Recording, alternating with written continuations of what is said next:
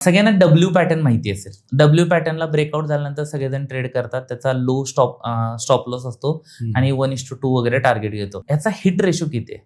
म्हणजे जर मी या डब्ल्यू पॅटर्नवरती 1 डेच्या टाइम फ्रेमवरती किंवा 1 अवरच्या टाइम फ्रेमवरती 100 ट्रेड घेतले तर माझे किती ट्रेड बरोबर येतील? तर त्याची ॲक्युरसी काढली तर येते किती? 35%. Okay, not more than that. 35 to 40% रेंजमध्ये येतील. ओके. आता मला माहिती आहे की जर ब्रेकआउट झाल्यानंतर मी बाय करणार आहे ना, ठीक आहे. मी म्हणतो त्याच्याऐवजी तुम्ही सेल करा. म्हणजे काय झालं? 35% वेळेलाच मी बरोबर येणार होतो. मी 65% वेळेला चुकणार होतो. जर फक्त बाय करायच्या ऐवजी तुम्ही सेल केला तर इथंच मॅजिक झाली ना, 65% ॲक्युरसी आली. बरोबर आहे का? बाकी राहिला रिस्क रिवॉर्डचा प्रश्न, तो आपण त्याच्यामध्ये ऍड करून घेऊ शकतोय. म्हणजे काय की इथं रिटेल ट्रेडर ब्रेकआउट ट्रेड करतोय, आपण त्याच्या अगेन्स्ट पोझिशन घ्यायची. सो दॅट आपल्याला लगेच सक्सेस मिळेल.